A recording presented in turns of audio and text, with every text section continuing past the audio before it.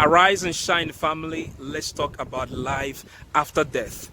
From time immemorial, life after death has been a widely debated topic. Many believe that once you die, you go, and so many others believe that there is life after death. And I must tell you that I sincerely believe there is life after death, because the man who raised me died and came back to life after 4 days. That's gonna be a story for another time. But now that I have your attention, there is a video I want to show you. The video of a man who died during an operation, during a heart surgery, and his experience and what he has to say about this topic. Please stay tuned, watch the video, and let me know what you think. I'll be right back.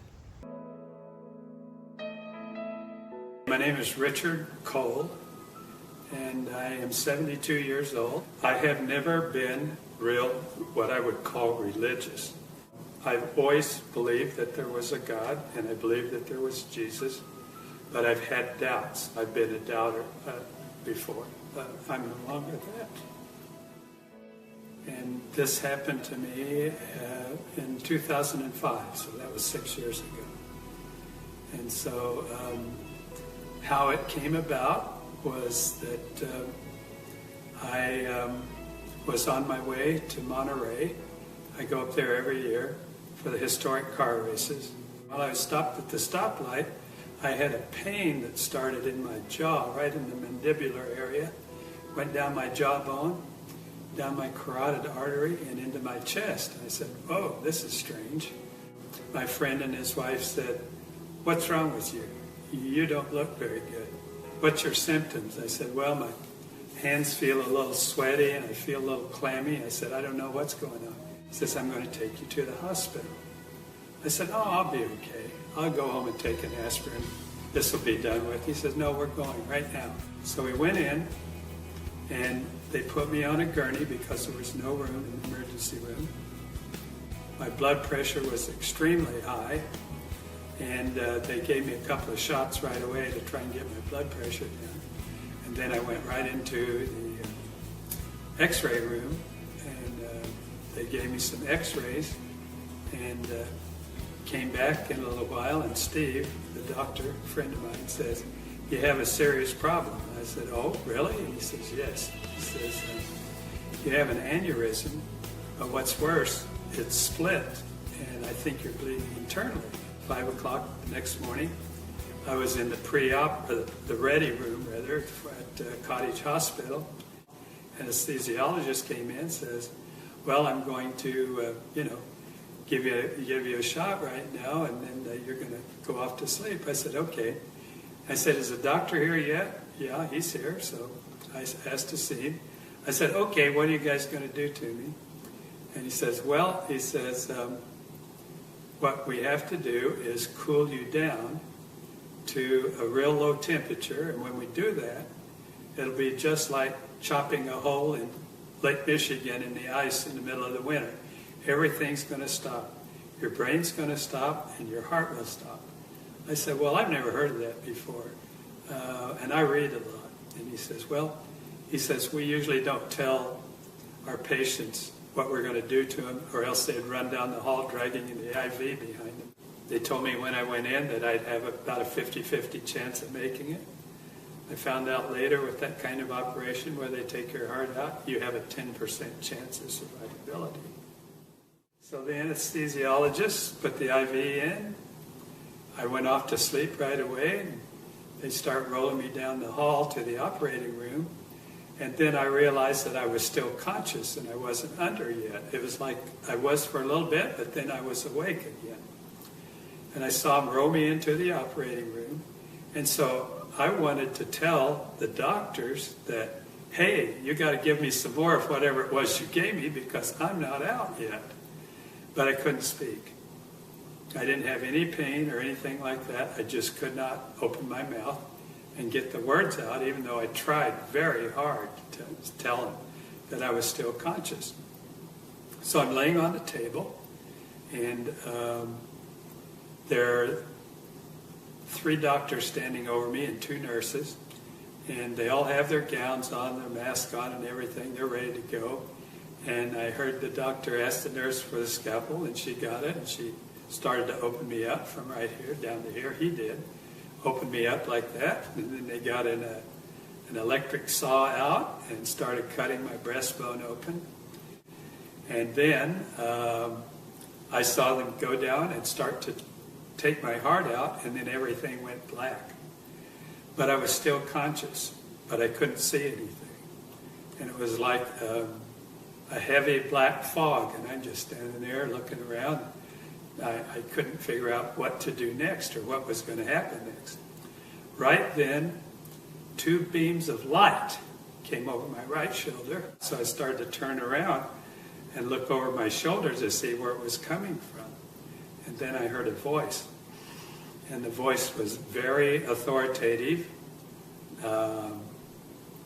not loud, but he says, "Don't turn around." And I'm thinking, well, why not? And he says, "Don't turn around, because if you see my face, you'll have to stay here." And he says, "Now, that'll be okay if you stay here, but I have a job for you. And if you disobey me, I won't be happy." And he says, "You don't want to see me unhappy." So I said, "Yeah, well, okay. I better pay attention and do what he says." And then I said, "I know who you are." He said, "Oh, you do?" And I said, "Yeah." And all during this conversation, I had a feeling of where he was, that he was walking back and forth behind me, that he was sitting in a white throne, just a plain chair, didn't have jewels or anything on it, but just a plain white chair. And I could just feel that, and I don't know why. That's what I was feeling. The next thing that happened is he said, "Do you have any more questions before you leave?" I said, I got to think about this. And I thought, I was thinking really hard, what am I going to ask God? Couldn't think of anything. I wanted to be really smart enough to ask him something very pertinent. And so I said, well, I'm going to have to revert to an old cliche. What's the meaning of life? And he starts laughing again. I said, what's so funny now? And he says, well, I don't know why, but a lot of people ask me that question, and it's really real simple. But I tell you what, when you come back, we'll sit down. You can ask me all the questions that you ever will have. I'll answer for you. So I said, okay. He says, okay, it's time for you to go back. And I turned around. I'm sorry, but he put his arms around me. He put his arms around me. And it was a feeling that I can't explain. It was unconditional love, but it was words. I can't tell you the words. And I'm sorry, but I always act like this because I can feel it again. So, it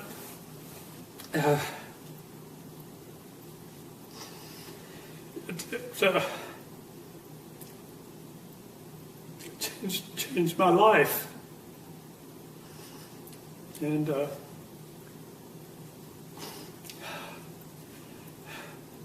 the next thing I heard was the nurse was saying, I think he's ready to come out of it. His temperature's at 90 degrees. 9 days later, I was discharged from the hospital.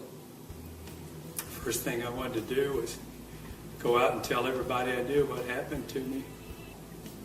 But I'll have to tell you that my life has changed completely. I'm no longer afraid of death. All the problems that I thought were problems are all gone. I don't have any problems. I don't have anything that gets me down. A week later, a guy came in that I knew, and he said, I heard about your experience. I said, yeah, it happened. He said, I heard that you were, you had a near-death experience and that you were out for about an hour. And I said, yeah, that's true. And he said, well, the same thing happened to me. And I said, and then I asked him what the meaning of life was. And he says, oh, that's easy. It's all about love. That was the perfect answer. So I got that message right away. Now I study the Bible, and it's taken me a long time. I've been doing it for 6 years. I'm up to Matthew. I've translated every word from the original manuscripts into English. I was baptized recently. People ask me questions about that. Well, why are you getting baptized now? And I said, because it's the right time. You know, I don't know what else to tell them. I don't believe that you have to be baptized to go to heaven, but I know one thing. I want to follow what Jesus did. He set an example. I want to, so I did. Welcome back. I hope you enjoyed the video. I made mention of the man who raised me. I said he died and came back to life after 4 days. And I'm going to tell you again, it will be a story for another time. But this man saw the afterlife, and I must tell you, there is life after death. Now, I would like to have your comment on the video. Let me know what you think. The Bible says, once a man dies, judgment follows. If there's no life after death, there will be no use for judgment at all. Anyway, I leave this video to you. If you know somebody who have had similar experience, feel free to share with us. May God bless you. I'll see you again. Bye for now.